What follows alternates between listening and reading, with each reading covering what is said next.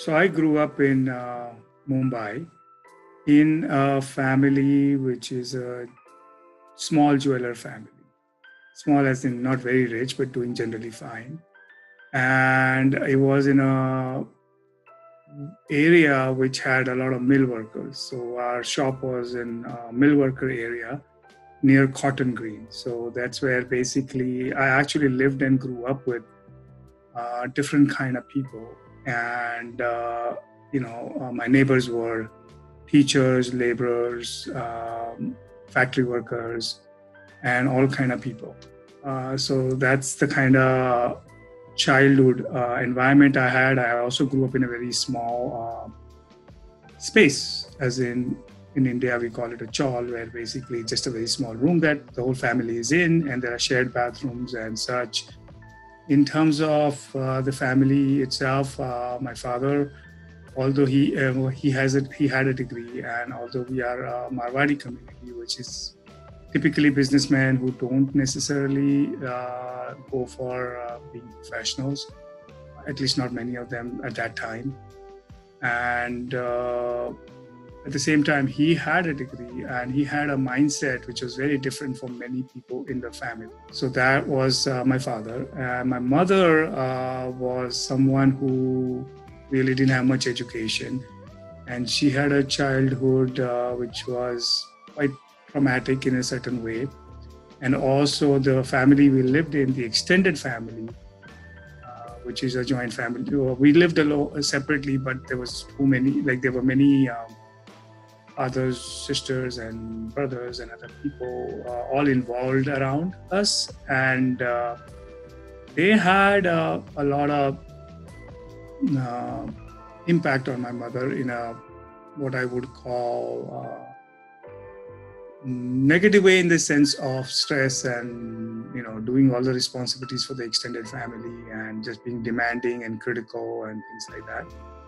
So I had a combination, I guess, one an accepting, loving, and relaxed, hands-off father, and a mother who's just pretty much trying to deal with all the responsibilities, beyond her capabilities of whatever she grew up with. But overall, it was a good childhood. I had two siblings. And because I was actually the first male child, or first child actually, on the father's side, meaning the three brothers, as well as my mother's side. So there was this whole special thing, I got, I think, which I don't think my siblings got. So that was the upbringing or the background in terms of, and I was there for 13 years in that area till the age of 13, and 8th grade. And then we moved. My father decided to buy an apartment, a little bit bigger place in a little bit better area and away from the smaller world of certain types of background and people. It is not something that reduces our quality of interaction or respect or love for each other. And also, I'm not really connected in a typical way that a lot of people think family connections work, where you call every few days, or you tell them what you ate and what you did today or tomorrow. And we seldom have that communication now. I'm in the US, they're in India. Even when I was in India, when I moved back to Pune and they were in Mumbai, I would go visit maybe every couple of months or for a weekend. And then when I visited, the connection would be very nice and I feel like I'm at home, relaxed, and going back to the childhood, and everything would be very nice. So that was always there. But in terms of, if you measure connection as constantly keeping in touch and sharing what you're doing in your life or everything, not really. That's almost by design. Even when I was a teenager and I did something in college, what classes I took, my dad never really asked me, because he was like, it's your life. If you need something from me, let me know. I guess there are two main things. So one is just the parenting part from the family and my father. That he's a huge influence in my life in a very positive way. So that's one stream of thing I will discuss, I guess. The second one is the environment. Learn, you have to work hard, you have to build your own earning, not depend on the family or anybody else. You need to earn your living. Like phrases like, for example, there's a Hindi version of it, but the phrases like, a person who earns honest living sleeps well, right? So stuff like that. Not a lot of heavy knowledge passing, but very strategic moments he would tell. He had this notion in his head, I think, somewhere, that, okay, now you reach this stage, so you need to know this. And then it would be like after a few years, I'd get one nugget. But it was pretty good. So that was a big influence in terms of how it helped me. Another big thing about him is around acceptance, go of things, of individuals, and that was very powerful because it is not very typical in Marwadi communities, for example, to, let's say, one of my cousin's sister and I eloped with a guy who was outside our caste or religion, and her father disowned her, but my father didn't, in the sense that she was welcome at our place. She was always treated like exactly the way, before or after, it didn't matter, even today. So I still remember when I was much older and I used to visit in my last trip to India, or long stay in India, and I would visit home, I would remember that corner and I would get that feeling back of, kind of dissolving the outside world and all the day-to-day stresses and the chatter in the mind, and it would just kind of just be very simple.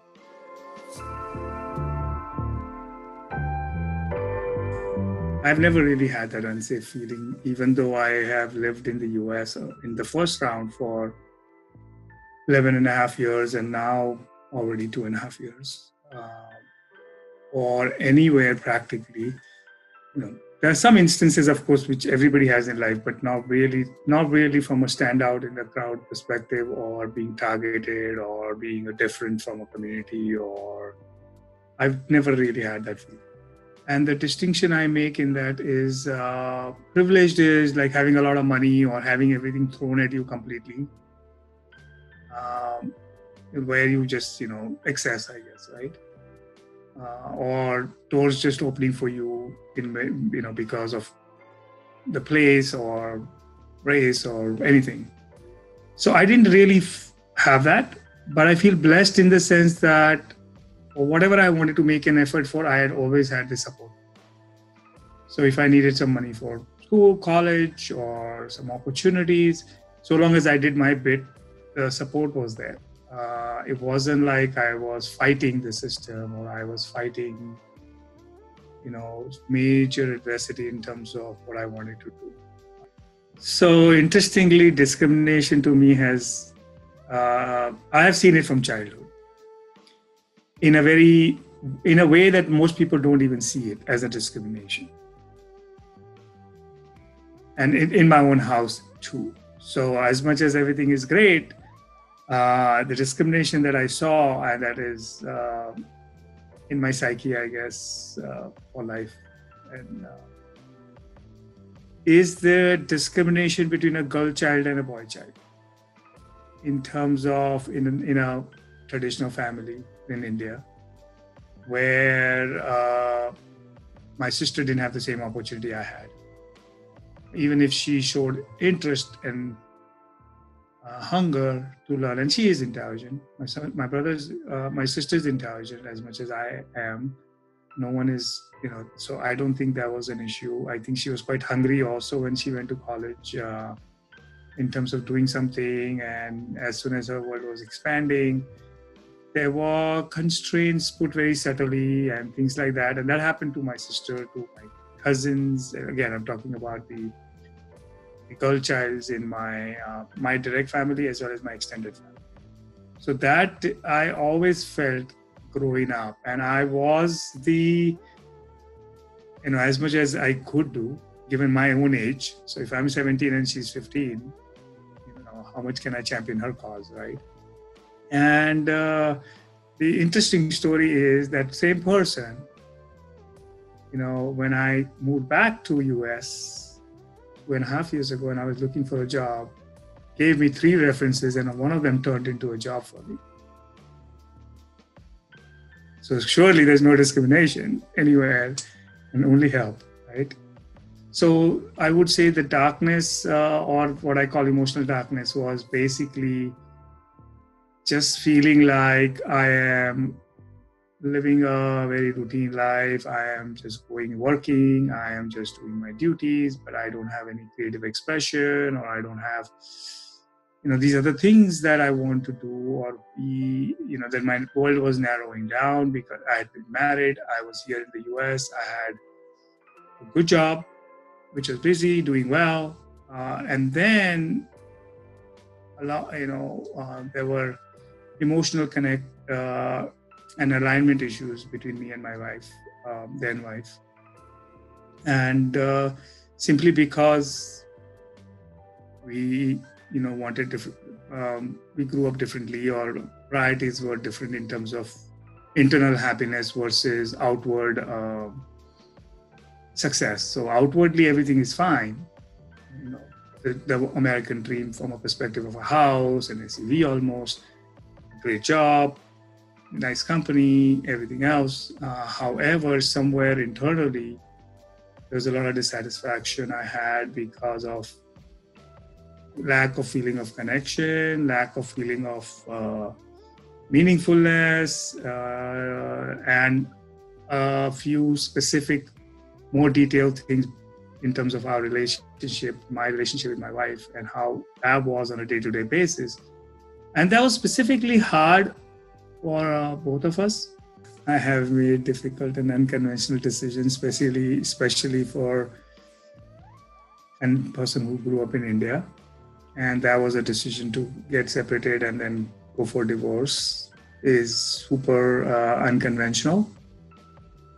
For us in India in general, plus on top of that, particularly in Marwadi community. And yeah, so that was a very difficult and unconventional decision.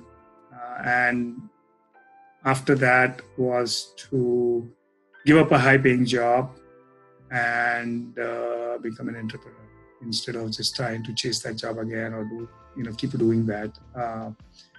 And taking a lot of financial risk for 10, 12 years. And so those were pretty unconventional. And also the kind of entrepreneurship that I did was also very unconventional in the sense that they were not your typical, okay, you run a software company, hire 20 people, make so much money, whatever. I had unconventional businesses like for my community and my background, like running a activity or hobby center. Just teaching people yoga, dance, and different activities and things like that. So in general, I don't have any debilitating fears. And as a matter of fact, my whole lifestyle has been to face fears in all different ways, many different ways. So the tipping point came around in April or February of 2004, I want to say. So I was hitting walls in terms of my professional growth. And then on the personal side, there were, let's just say there was a lot of disconnect between me and my wife. So there was a lot of feeling of disconnection, both at work as well as in personal side. And I just had my son and he was a year old. And then I made a big, bold decision. In December of 2003, I visited India on a personal trip for 2 weeks. And my boss said, hey, we have this India center with 5 people in Pune, and you're going to Mumbai. Why don't you go visit there and check out what's going on? And maybe if you like it, you can help us grow that. I went there. I loved, I think because it was Pune and I had studied there or something happened. And I just loved it. And I was like, okay. And then when I went there, it had this whole feeling of possibilities because there were new people, small group of people who were bright people. But I was like, oh, okay, maybe, something exciting can happen here. And I told them that, okay, I want to move back to India. And that worked with my personal plan of getting separated, divorced, and my wife's plan to come back to India and raise the kids there, and then me being closer to them. So all of that kind of things aligned. And then I agreed to that, but we came back, and then I would visit for 2 weeks at a time, just to kind of ease in and build the runway to me moving there in June. I visited in February, I visited in April. So I think in February, somebody in my team gave me a book and said, you should read this book. And this person, she was an American and very different thinking kind of person. And she said, oh yeah, you should, the way you are thinking, whatever, you should read this book. And I remember reading the book all night. And I was like just in the hotel room and reading, I finished the book in one night. And the book was The Alchemist. And the whole idea of that book, it was the tipping point for me, because it is so focused on the person's journey and what drives them, rather than the typical, you're supposed to do this, you're supposed to do this, and all those things. And it was a big change. It caused a big change in me in 2006 or something like that. And it was very similar to this. And it was a national talk show. And because I had gone through moving countries and getting separated, she wanted to talk about, she was looking at people who made big changes. And she started off by saying something like, oh, that's like a midlife crisis or something like that. And I said, well, maybe midlife crisis for other people, but it was an awakening for me. So life has been very good since then. I think, given the circumstances, given what I had done in terms of a divorce thing and all of those things, we did pretty well in the last 15 years, I guess. They're doing pretty well. And I feel that. So life has been very good. I think, I read Stephen Covey's book, which is also another big influence on me, 7 Habits, and how one of them is basically seek to understand before you seek to be understood, I guess. So somewhere I remembered that and I went back to it. So it's working out fine. Now, in terms of criticism, I wouldn't call it criticism. I don't think a lot of people understand some of my lifestyle and life decisions, I guess. They don't understand why would somebody do what I do, I guess, or why would somebody think like this. But I wouldn't say I'm getting criticism in any real sense, from anywhere. As a matter of fact, I believe that, I think 2 or 3 months ago, I started somehow getting these, I might call it bouts of feeling blessed and feeling like, wow, so many good things are happening, and just constantly everywhere, like work, my kids, with other things, If you call it that way, lost a couple of close relationships, including a cousin brother who, lives nearby. And a few months ago, we had a little bit of argument about something, and he's not talked to me since then, and he's like a mile away. But I don't feel anything about it. I mean, he's going through his journey or whatever else. Maybe we'll talk again, whatever happens. So those kind of things have happened, even on relationship front. But I don't feel that there's a huge misunderstanding. It's just that they're not in the same space, right? And I'm not really depending on anybody's approval that much. I would say that for sure. And I consciously, I wouldn't say disconnected, but I consciously don't involve my family in all my life decisions. And that works. So there's much of a don't ask, don't tell, you live your life kind of thing, which works perfectly fine for everybody. And it's healthy, I think. And we're there for each other, but we don't need to be involved in each other's life decisions. So from that perspective, yes, the acceptance part is with me, I guess, all the time, because I guess I got it from childhood and I protect it very strongly. Since I'm blessed with the acceptance of my father and the family in general, right? And I have seen situations, many of them, friends, partners, a couple of relationships I had, where they didn't have the same thing growing up. And I believe, besides, politics, religion, hunger, all these issues that people talk about, I think that the most pressing issue is love and acceptance of a child in where they grow up. As a individual, for whoever they are, whatever they are, I think that is the most pressing issue, because I think, from my experiences, what I've seen is that if they don't have that, it is a struggle all their life, an emotional struggle. They might be successful, they might be doing fine financially, but there's something inside that is very, very hard. And I do believe that all of the other world, many of the other world's problem, kind of have a root cause in that.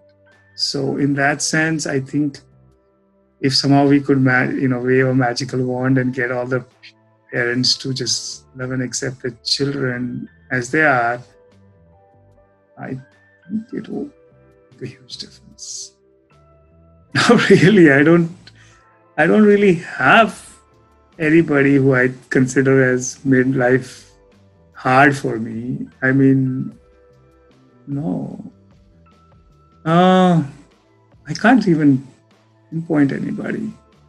I mean, I've had ups and downs, and I always, okay, so when something like that happens, my boss decides to pay attention to the VP of sales guy, and suddenly, we are not getting the opportunity, and we are having all the politics because of his.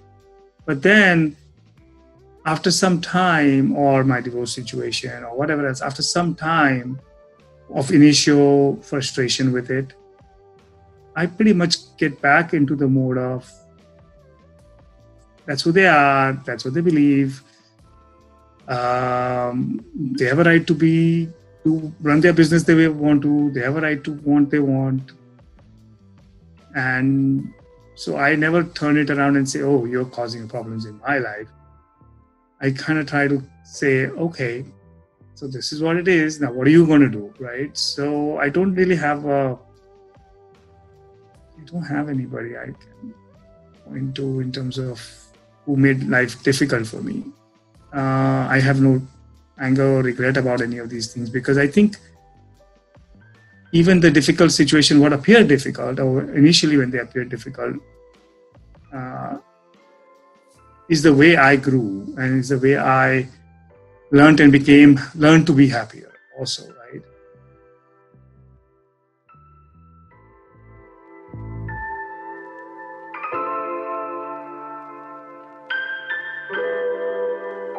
Let's untag ourselves. Let's untag each other, as we all share the same light.